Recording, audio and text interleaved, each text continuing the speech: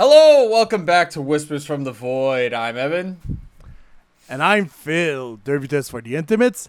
Thanks for tuning in, folks! Yeah. How we doing?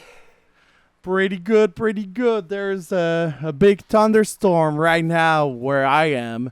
Yeah. And I hope it doesn't.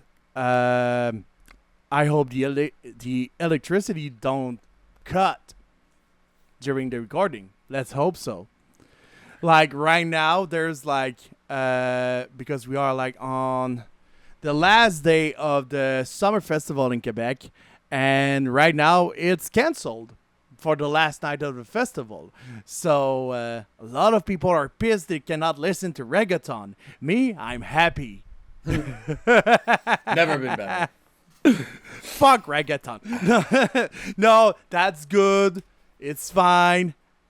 Because we have a good song of Knock Loose because of reggaeton. So thanks, reggaeton. What do you got for a drink? I have some good La Fosse beer, my neighbors. And this is called Dans Les Vapes, which is when you're like waking up and you're just like a little bit hazy and you're like, I'm tired. Well, that's what it means. I don't know what is the translation for that, but that's what it means. Saying like when you say you're dans les vapes, it's like you're waking up and you're just like you're still tired, but you're awake. That's weird. So this one is a nut brown ale. I mean, that's weird for a summer kind of beer, but I had it. I was like, I need to drink it. So let's go for La Fosse Dans Les Vapes Nut Brown Ale. It's 5%. So that's pintable. That looks like this. Pretty nice. Oh my gosh. Oh my gosh, what's going on? Oh, well, I have lemonade. That is great. We love lemonade. It's sunny outside. We're charging up my son's new nightlight Ooh, nice. that my brother got him. His birthday is in a couple weeks, so Yay. all the funds. But today we have our top 5 mid-year, Yep. which really ends up, I think last year we did a top 5 anyway with the VOX&HOPS guys. So this might just be the top 5 currently. We'll see what happens. It's the top 5 currently. Like we do since it's been 5 years we are doing this. We always do a top 5 mid-year and a top 5 at the end. Was one time we didn't do a podcast with the guys. Well, a few times, but I remember when we took like a big 5 months break, 6 months or whatever, like when you were moving houses. We didn't do a lot of podcasts like 2 years ago. Yeah. And I think we forgot, like we did a mid-year and then we stopped and we just restarted like next year, the year after. I was like, okay, that's fine. That happens. But yeah, right now that's our mid-year. We don't know what it will be at the end of the year.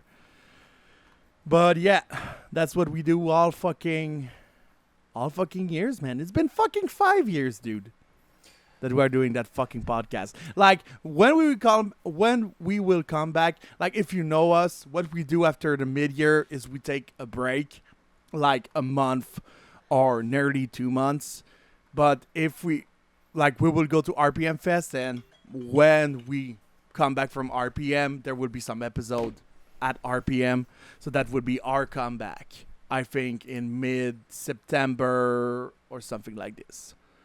So yeah. Yeah. So well, let's get this show on the road. Let's get the show on the road. So who's beginning? I'll go first. All right. So my first band is a local band to me, at least. They will be at RPM this year, so I'm very stoked to see them. But we have Averst, Erasure of Color. Came out March 21st through them or M Theory Audio. If you don't know Averst, well, I will tell you that they are... Hold on a second. All my notes. That's number 5, right? All my notes. They're a band out of the Boston area. Been around for a little bit. Dabble in the... how would I compare them? What was that... Oh, man. What was that band? I'm drawing a blank. They're very comparable to a lot of other... like faster death metal bands right now. But what really separates them is some of the different elements that they can bring to their albums. They're female fronted, which is another calling card for them.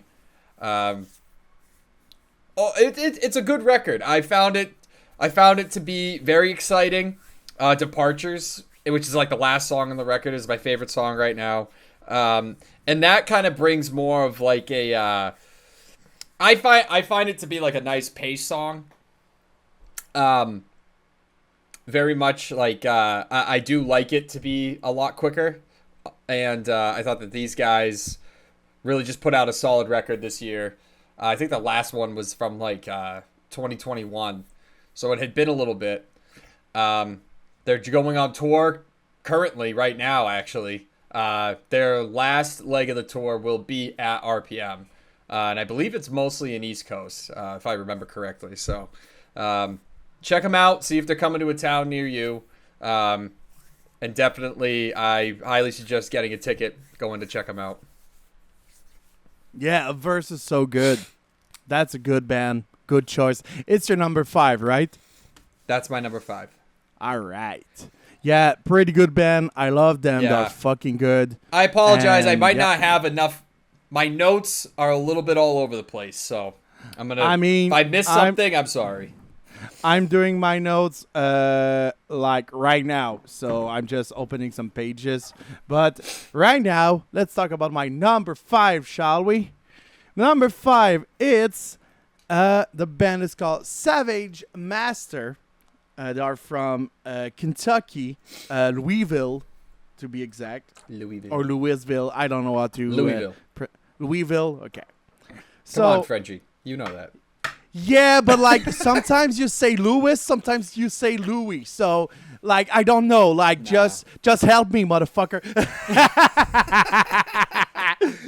Love you.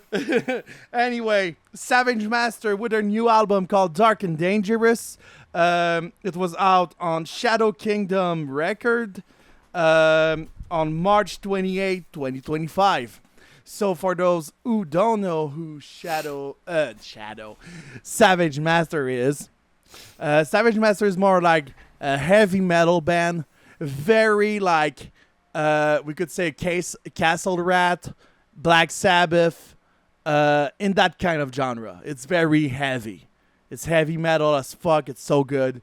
It's female fronted because technically all the guys have fucking a cape on them. They have something on their head, and it's just like you see them live because I saw them live in Quebec a few weeks ago, and you see the girl on stage. She's like whipping the guys doing solos.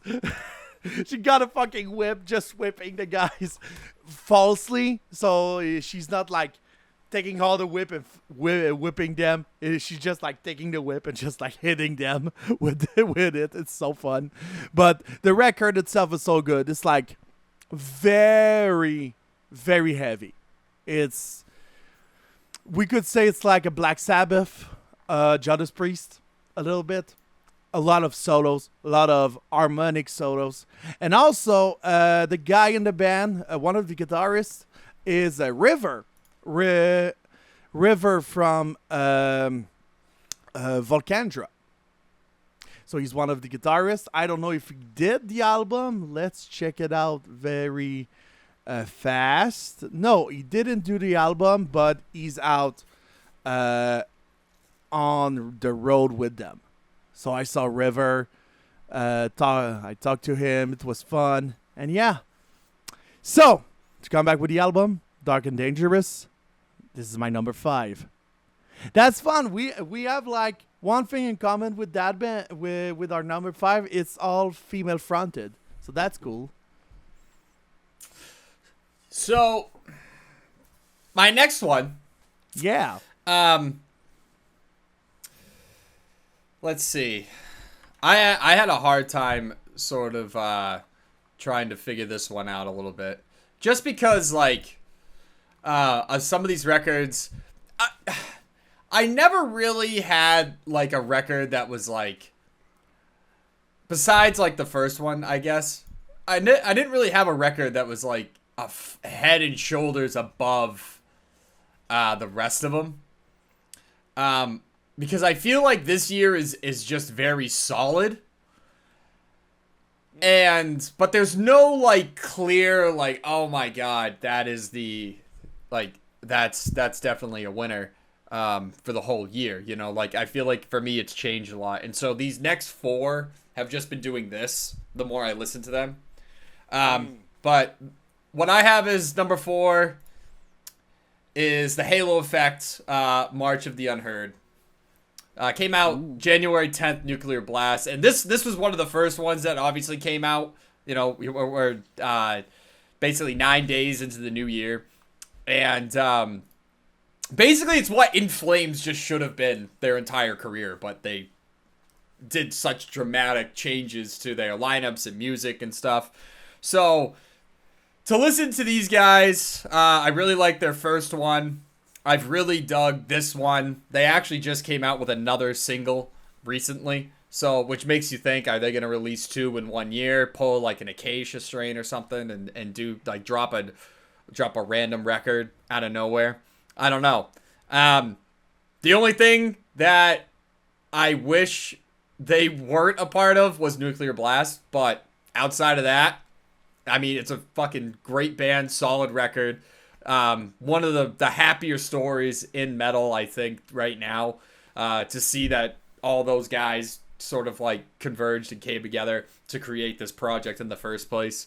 And it shows. Like, I really think that they fill a void, a bridge, you could say, between some other genres and some bands and stuff. You know, it's got the power metal vibe, as well as being like a heavier set, and then also having a lot of melody in their music. And I think that just sort of makes them like the perfect, like, it's just the perfect gateway band.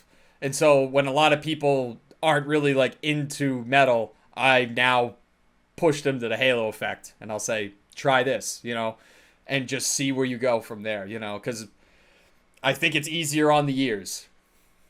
And there's it definitely is it's just well crafted, the whole record and everything about it. They did have a bonus edition, so check that out if it fancies your business, you know. So I got Halo Effect. All right, Halo Effect. That's a good band. Wasn't a band that like I love Halo Effect, but it's not the album that I was like listening a lot. But yeah, I will try it again to see if I like it or not. A little bit more, maybe. Speaking of liking an album, my number 4, we are going on a territory that is like very, very, very hardcore. I'm going to say mathcore in their case, experimental. It's I Don't Want to See You in Heaven by the Callous Dow Boys. Callous Dow Boys, they are a fucking great band. They are from, I don't remember, Atlanta, Georgia. And it's their third release. The album was out on May 16, 2025. It was out by Monarch Heavy. MNRK Heavy. That's the label that they released the album on, technically. So, yeah. I Don't Want to See You in Heaven. I think it's... Imagine Dillinger Escape Plan that decide to add some pop influence in their songs. It's a little bit like that. Like, even the last album of Dillinger Escape Plan had some, like, hard beat electronic music, but it had some calm times, calm riffs, and a very calm song. Well, Carlos Deo Boys is a little bit like that right now. They have a lot of melodies.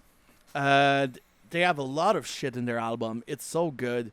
And it's not just like a band like two guitars, one bassist, one drum, one singer. They have a violin also, a violin player, which she's making some weird noises and weird effects with it. And it's so good. It sounds fucking awesome. And yeah, I Don't Want to See You in Heaven by the Carlos Deo Boys. I fucking love it. I played it a ton of times, and it's so good. And like, if I want someone that doesn't listen to metal, I always starts with the song Lemon from that album, which is not really a metal song. It's very like calm and all, but when you switch to what is like that song? There's a song that's called Idiot Temptation Force. When you switch to that, you're like, oh, okay, what the fuck is going on, man? So yeah, it's so good. I love them, and it's a very weird album. Honestly, I can see a lot of people hating on that album. I personally love it. So yeah, there you go. My number 4, I Don't Want to See You in Heaven by the Carlos Deo Boys. There you go. Yeah. There you go, kid. Let's see. Continuing. For my number 3, I have Ossuary, Abhorrent Worship. I really like their 2019 record, Supreme Degradation. And that was actually, let's see, I found them through Jerry. Followed them since. They had a little EP that came out like 2 years ago, and now this is supposed to be their record. And I've always enjoyed it. Old school death metal, little sludgier. I like it. I've always found them to be interesting. It came out May 23rd under the Records DK, and there's a lot of numbers in front of it. From what I can tell, it's pretty much them. Like it's pretty much a self-release from what I can see. I might be wrong. Fucking hammer me if I am, but that's what I can tell. Ultimately, very good. I have tried to get them to many places. I've thrown their names around a lot. I don't know if they're a touring act, but I know that they do show up on a lot of bills. So, what can I say? Ossuary. Check them out. All right. My number 3. We talked about this band on the last podcast. It's Rivers of Nile with the self-titled album Rivers of Nile. It's very different than the last one. Well, I forgot something. The self-titled album by Rivers of Nile. It was out on Metal Blade Records on May 30th, 2025. It's very different. Very different. I'm very like... It's a mix between Black Crown Initiate and Rivers. That's what we talked about last time. And it is. It is because like they changed the lineup quite a lot. Last album, The Work, they had the singer Jake Diffenbach, and he decided to quit the boat. So Adam Biggs replaced him on vocals and still do bass. And one of the guitarists, not Brody, but the other one, decided to quit also. So they recruited Andy Thomas from Black Crown Initiate, which Black Crown is not disbanded. They just have the bassist and Andy. So yeah, it was a little parentheses about Black Crown. But anyway, they recruited Andy, which he did also a song on Where I Was Know My Name. So for those who love Andy like me, well, his voice is just fucking angelic. I fucking love his voice. The songs are very good. It's not for everyone. A lot of people cannot go through the fact that there's a lot of clean vocals on that album. But they had clean vocals before. So why is it a problem now? I mean, for some people, it's the fact that it resembles too much to Black on Initiate, which I can understand. Like maybe Rivers of Night decided to quit a little bit their identity, but I think for me, they are going through their identity, which is saxophone metal. so for me, just like I think on The Work they were searching their identity, but I think now they found it. I just hope on the album after this one, I just hope they don't stay always on that identity. They just like try to just switch a little bit. Maybe have some Where I Was Know My Name vibe on it. Rivers of Black Crown.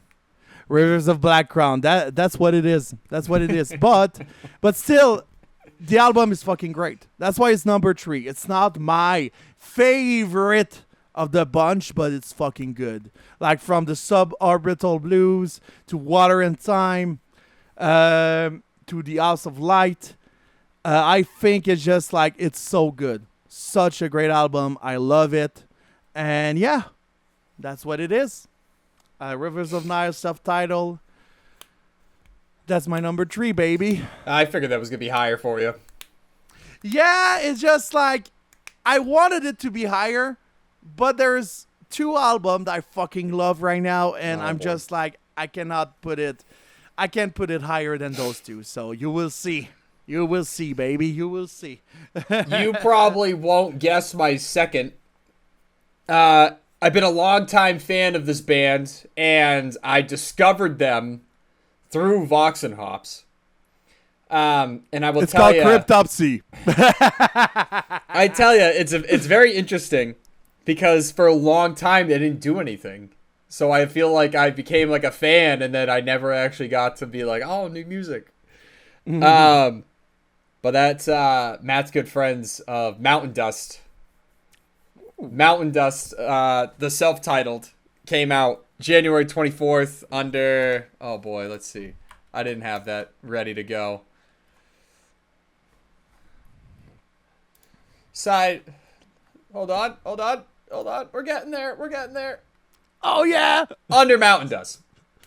Mountain Dust released Mountain Dust under Mountain Dust. Nice. Stoner, doom, little rock, psychic. It's beautiful. I've always found it to be a very enjoyable listen. It's sort of like, what can I say? It's a less harder Chemist. So Ooh. I've always found it. I've always liked that. They don't sacrifice. I feel like they don't sacrifice a lot of heaviness. I feel like they just do it in different ways. They're not afraid of, maybe getting a little ballady. I know that in their last record, for sure. But all in all, it carries its genres well. Everything sounds crisp. Everything sounds clean. I always feel like I know that I'm gonna get like a well-composed record with these guys, and I think it's a shame that they haven't done more. So, looking forward to seeing how this record's received and where it goes for them. All right. So, let's stay in the realm of the VOX&HOPS. I did a little bit of foreshadowing when I talked about Cryptopsy, because my number 2 is Cryptopsy and Insatiable Violence. Low-hanging fruit, Phil. Low-hanging fruit. You know what? I don't care. I just want to have this album out because it's so good, and also a lot of things happened with that album. So, An Insatiable Violence by Cryptopsy was out on June 20th. 2025 via Season of Fucking Mist. Frenchies, motherfucker. Anyway, I'm a little bit too hyped about this album. It's such a good album. Like, I've listened to it quite a lot. Also because what I wanted, like, there was something that happened with that album. I didn't do it. I didn't do anything. But I was part of the fucking teasers and a fucking video clip, man. So I was in the fucking video clip. They released a short movie. So a short movie. I think it was for the song Dead Eyes Replete. It's out on YouTube. Go listen to it. I'm a fucking star, baby. So I'm a stargazer. I'm a star man. Okay, we're going to get flagged. Anyway, so An Insatiable Violence. So if you know the last album as Gomorrah Burns, this was like a real comeback for Cryptopsy after like 10 years. And now it's been a comeback, like it's been 2 years. So it's been 2 years since the last album. And Insatiable Violence is, like the title says, violent. It's harder. It's brutaler. It's just insanier. I don't know what is the fucking... It's more insane, more brutal. It's just more. It's just more faster at some point. I just think it's such a great album. You want more violence, you take this album and you just like rip it through your ears and you just go with it. It's so good. It's an album about social media, and it just like it's insane. It's just a fucking insane record from front to back, from start to finish. It's so good. I love that album from Cryptopsy. It's number 2 because there's another one that I'm fucking excited about it. And yeah, I could have put Cryptopsy first, but that other one is my number 1, baby. So second, Cryptopsy and Insatiable Violence. Yeah. So my number 1, I wanna put out a honorable mention real quick. White Snake of Blackened Maze, The Ocean of Truth, was one that has basically been hovering around with the rest of these, and I really like that record. Those guys got something really special going on, more black metal than anything. So with that said, my number 1 was Wardruna Brina, which came out January 24th. I've been listening to this pretty much every day, and I've always been a fan of Wardruna. I think that their music is obviously very folk, because that's pretty much what it is. But they do an excellent job crafting an album and crafting a story and having the concepts hit and having everything sort of evolve. And it's a very fluid listen. The most fluid of any band you'll ever find out there.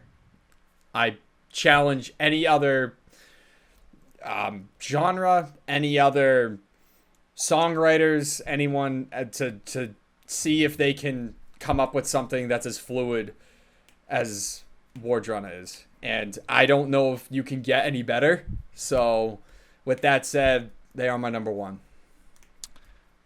You know what? I'm very impressed by your number one. I never thought that you were going to go on the Vardruna, which is how you pronounce it. I love a story. Yeah, I know you love a story. Vardruna and Vardruna, which is the real pronunciation. I'm sorry to say. I know it's Vardruna. It's fine. I'm just a dumb American. I don't know. I'm just a dumb Canadian, but I love to know the languages. So it's Vardruna. Anyway, that's good. You can say that will never stop me. I don't care. I'll always say it wrong. Yeah, and that's fine. We still love you, buddy. Anyway, my number one was staying local in the Montreal location. It's Burning Depressor with a new album, Waking Nightmare. It was out on M&O Music, another French label, and it was out on April 18th, 2025. That album, I know about it. It's been like from last year because I went to see the guys in Montreal for a listening party about the album. The album wasn't released yet. The album was like finished, but they had to work on the artwork and all. They just wanted to do a listening party to have like some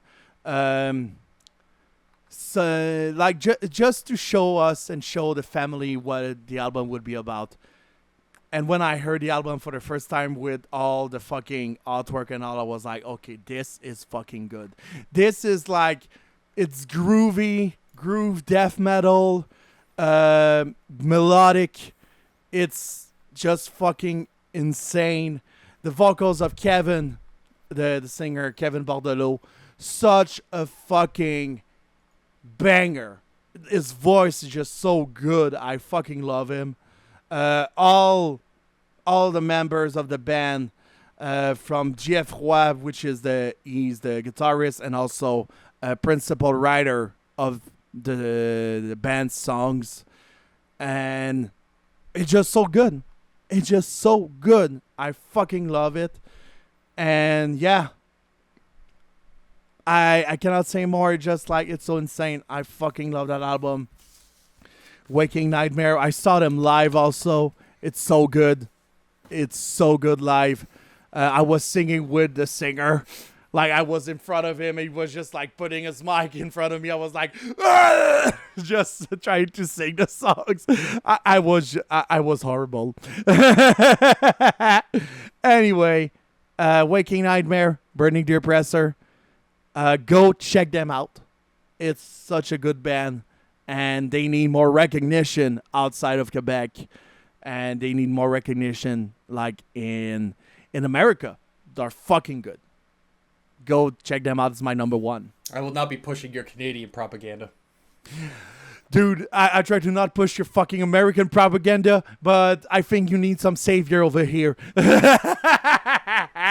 Listen, you guys love Gate Creeper, you know? You guys love it, you know? Just saying. I mean, you love some Tomb Mold, motherfucker. You love some Cryptopsy.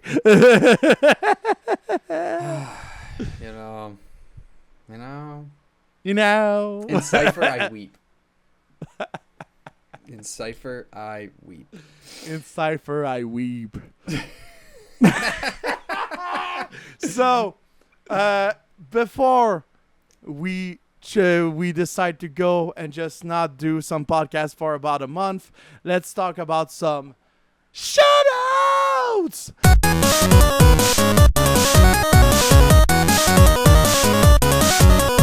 I think you already did one with the honorable mention, unless you have another one to talk about.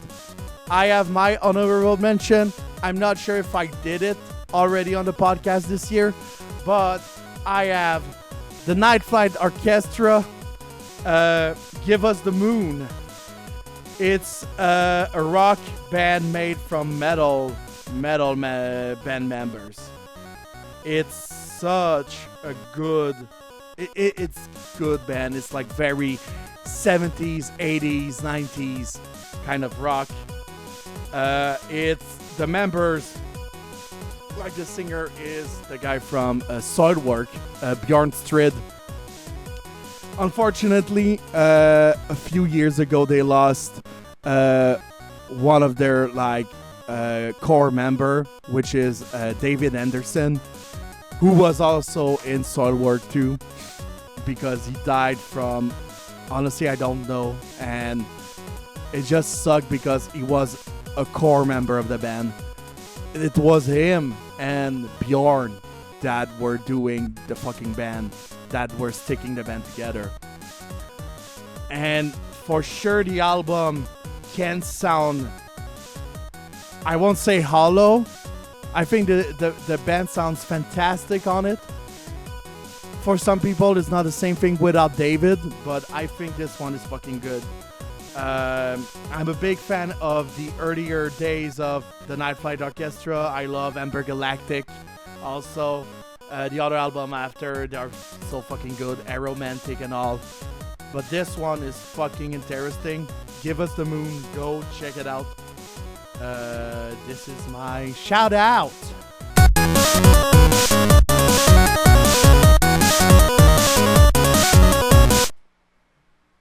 So, 36 minutes. I think it's a good time stamp for the last episode before our vacations. By the way, this episode will be out on July 21 because I don't have a lot of time, and I was like, I cannot do it all tonight and release it tomorrow. So this will be it. Anyway, Well, that'll do it, folks. yeah, This has been Whispers from the Void. yep. We'll see you later. He was Evan. I was Phil. I'm still Phil. He's still Evan. Deux vitesses, one limits. Thanks for watching, people, and just take some fresh air. Bye bye. Cheers. I forgot the fucking ending, man. I'm tired. See you on the next episode, guys. Love you.